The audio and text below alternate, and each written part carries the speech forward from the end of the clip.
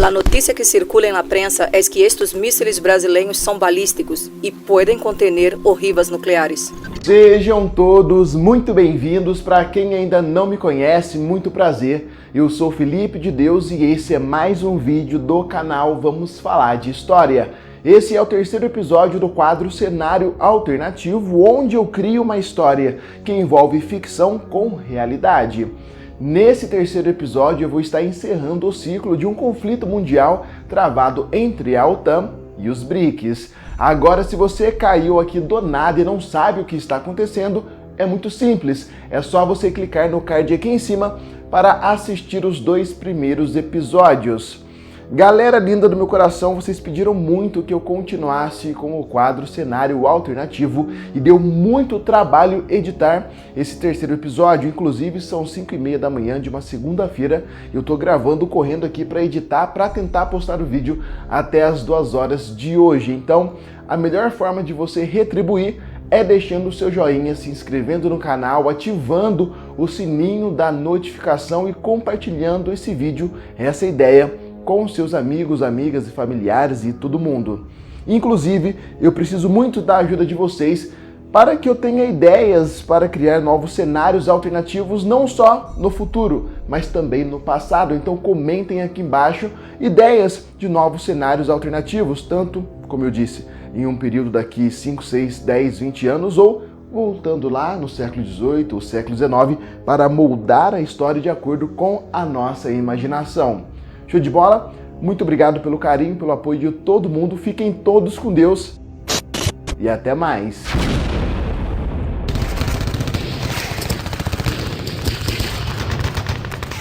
Era tudo pelo bem da Amazônia e pelo bem do planeta, eles disseram.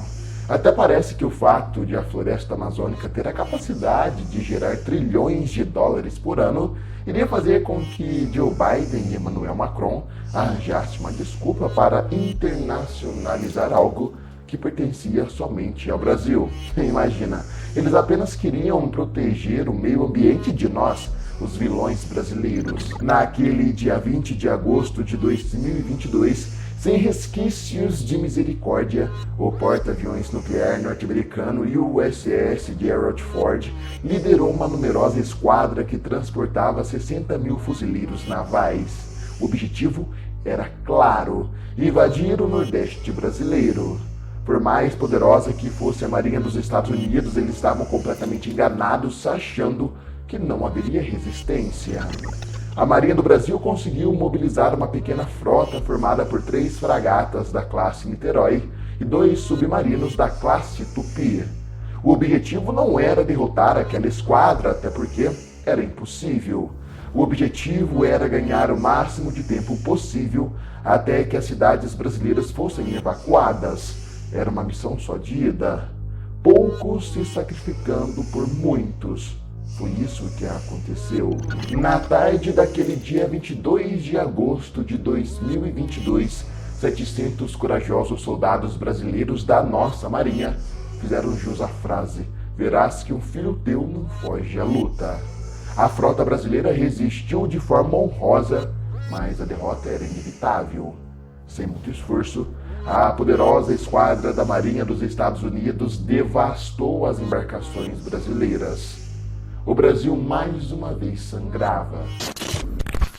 A informação que circula aqui na redação entre os jornalistas é que ao menos 700 soldados da Marinha do Brasil morreram nos combates contra a Marinha dos Estados Unidos nas praias de São Luís e Fortaleza. No outro lado do mundo, a China realizou o maior bombardeio de sua história. A Força Aérea Chinesa realizou ataques simultâneos contra Usan, uma base aérea dos Estados Unidos na cidade de Pyeongtaek, na Coreia do Sul, e contra Camp Hessen, uma base do Corpo de Fuzileiros Navais dos Estados Unidos localizada em Okinawa, no Japão. Com o apoio da Coreia do Norte, a China não encontrou muitas dificuldades para dominar todo o leste asiático. 14 dias após o ataque a Pearl Harbor, os chineses e russos já tinham estabelecido o domínio do Mar das Filipinas ao Mar de Bering. O Oceano Pacífico Norte já estava sob o controle das forças dos BRICS. Emmanuel Macron, sabendo que os BRICS avançavam no Pacífico, queria o mais rápido possível dominar o Atlântico Sul. Só que para isso eles teriam que enfrentar as forças indianas e sul-africanas. A França, a Alemanha e a Grã-Bretanha mobilizaram uma esquadra de 200 navios de guerra liderados pelo porta-aviões britânico Queen Elizabeth. Na madrugada do dia 26 de agosto de 2022, as forças navais lideradas pelos franceses bombardearam a base naval dos BRICS na ilha de Santa Helena. Um bombardeiro devastador que durou 6 horas, ceifando a vida de 7.000 soldados entre indianos e sul-africanos. A OTAN concretizava seu domínio no Atlântico e se preparava para invadir a África do Sul. No leste europeu, após conquistar a Estônia, Letônia e Lituânia, o exército russo mobilizou uma das maiores divisões de blindados de guerra já vista pelo homem. No dia 27 de agosto, 16.000 veículos entre tanques de guerra e blindados de combate avançaram em direção à Polônia, enquanto os poderosos bombardeiros Tupolev 160 da Força Aérea Russa despejavam toneladas de bombas na Ucrânia. A Alemanha começava a evacuar os civis e mobilizar suas tropas na fronteira com a Polônia. Era apenas uma questão de tempo até a chegada das tropas russas, uma ironia do destino. Essa guerra já durava quase um mês. Os otimistas e especialistas estimavam quase 500 mil de vítimas, entre civis e soldados. Uma coisa, no entanto, chamava a atenção. Nenhum país até aquele momento tinha ousado usar armamentos nucleares. Ao mesmo tempo que se matavam, todos temiam a extinção da raça humana. A verdade é que Joe Biden não esperava que as coisas fossem tomar essa proporção. Na verdade, ele estava achando que as poderosas Forças Armadas dos Estados Unidos iriam intimidar o Brasil. O governo norte-americano não esperava que os russos e chineses colocariam a mão no fogo pelos brasileiros e ainda se colocasse, o conflito seria relâmpago. Uma semana após desembarcar nas praias nordestinas, os Estados Unidos dominaram 9 estados brasileiros. A OTAN dominava o Atlântico. As forças indianas e sul-africanas estavam sitiadas. Por mais que os chineses e russos tivessem dominado muitos territórios, tudo indicava que os Estados Unidos e a OTAN iriam dominar o continente sul-americano e africano. O dia 28 de agosto de 2022 entrou para a história. Nesse dia, pela primeira vez, uma guerra mundial chegava ao solo norte-americano. Em uma invasão anfíbia tão grande quanto o dia D, os russos e chineses navegaram rumo à costa oeste dos Estados Unidos, onde enfrentaram uma forte resistência. Durante longas 10 horas foi travada o que mais tarde seria chamada de Batalha do Oeste.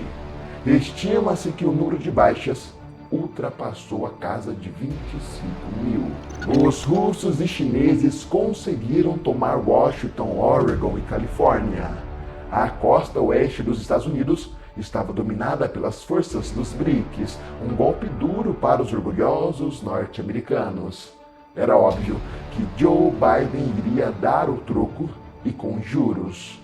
Na manhã do dia 29 de agosto, 35 bombardeiros B-52 escoltados por caças F-35 partiram da base aérea de Robbins, em Geórgia, em direção ao Brasil.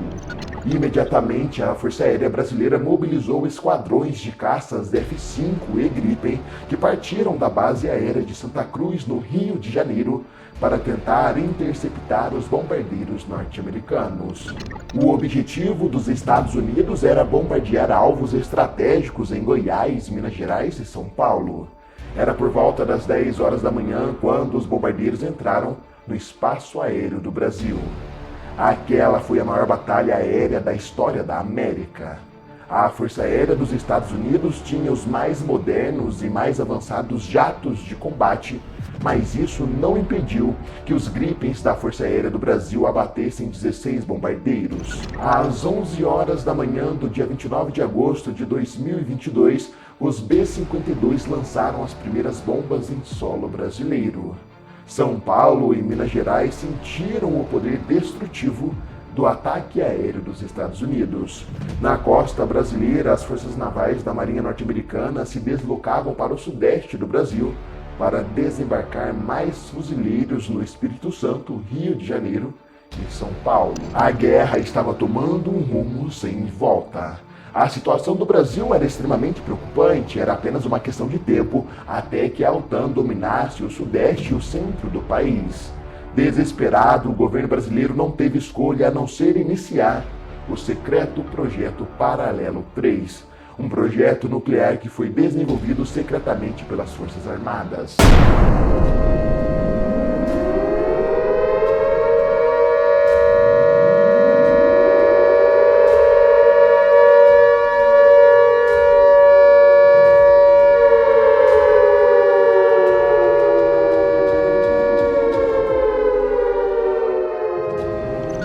Em 1990, Fernando Collor realizou um dos mais expressivos atos de seu governo ao fechar o túnel na Serra do Cachimbo, que seria destinado aos testes nucleares do Brasil.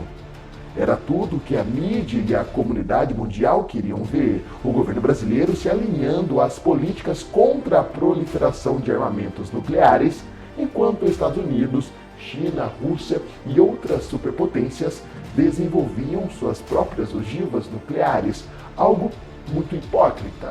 Mas tudo aquilo não passou de uma grande encenação. As Forças Armadas Brasileiras desenvolveram secretamente o Projeto Paralelo 3, que consistia no desenvolvimento de um arsenal nuclear e no desenvolvimento de mísseis balísticos. Durante quase 3 décadas, o Brasil escondeu do mundo um arsenal tão poderoso quanto o da França e Inglaterra. No dia 30 de agosto de 2022, o satélite DEO-5, o satélite dos Estados Unidos de $1 bilhão, detectou blindados do Exército Brasileiro deslocando da base aérea de Boa Vista, em Roraima, rumo a Pacaraima. O serviço de inteligência da OTAN suspeitava que o Brasil estava movendo forças para combater os franceses na Guiana Francesa, mas estavam completamente enganados. Aqueles blindados eram divisões de Astros 2020 que se posicionaram no extremo norte de Pacaraima para lançar um ataque que levaria aquela guerra para outro estágio. Todos achavam que um ataque nuclear partiria da Coreia do Norte, dos Estados Unidos, da China ou da Rússia, mas todos estavam enganados.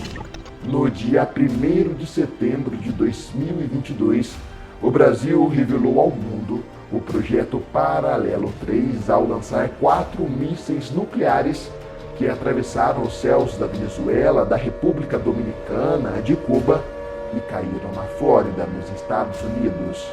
O recado era claro. O Brasil poderia cair, mas iria usar todo o seu arsenal nuclear e todas as suas forças até o último suspiro. Esse ataque nuclear do Brasil simplesmente devastou a cidade de Miami e imediatamente fez com que todas as superpotências começassem a mobilizar seus mísseis e bombas nucleares. Aquela guerra estava prestes a se tornar uma guerra nuclear. Então, esse seria o fim da humanidade? No fim das contas, o que começou com o discurso de luta pelo meio ambiente iria terminar com a morte de bilhões e com o planeta Terra infestado de radiação? O ego e o orgulho já estavam custando caro demais e para todos. 2 dias após o ataque nuclear, os BRICS e a OTAN estabeleceram um cessar-fogo para tentar encontrar um acordo de paz antes que todos se autodestruíssem. Os líderes se reuniram no Palácio de Schönbrunn, em Viena, na Itália. Durante 3 dias, eles negociaram exaustivamente acordos que pudessem acabar com aquela guerra antes que ela fosse a última travada pelo homem. Muitos tiveram que engolir seco o orgulho, mas não queriam nomear um vencedor ou um derrotado. Porém, alguém tinha que pagar pelos danos. Isso era inevitável. No dia 7 de setembro de 2022 foi assinado o Acordo de Paz de Schönbrunn, colocando fim na guerra entre BRICS e OTAN. Aquela guerra que durou um mês ceifou a vida de mais de 1.700.000 pessoas e feriu outras 7 milhões ao redor do mundo. Um prejuízo estimado em 77 trilhões de dólares. O acordo de paz estabeleceu, entre outras coisas, que os Estados Unidos, França, Grã-Bretanha e Alemanha teriam que indenizar os países afetados pela guerra. Essa indenização poderia ser quitada em até 100 anos. Ficou estabelecido também que o Brasil seria reconhecido como potência militar nuclear e se tornaria o 6º membro permanente do Conselho de Segurança da ONU. E nunca mais seria cogitado internacionalizar o território da Amazônia ou qualquer outro sob o domínio do Brasil.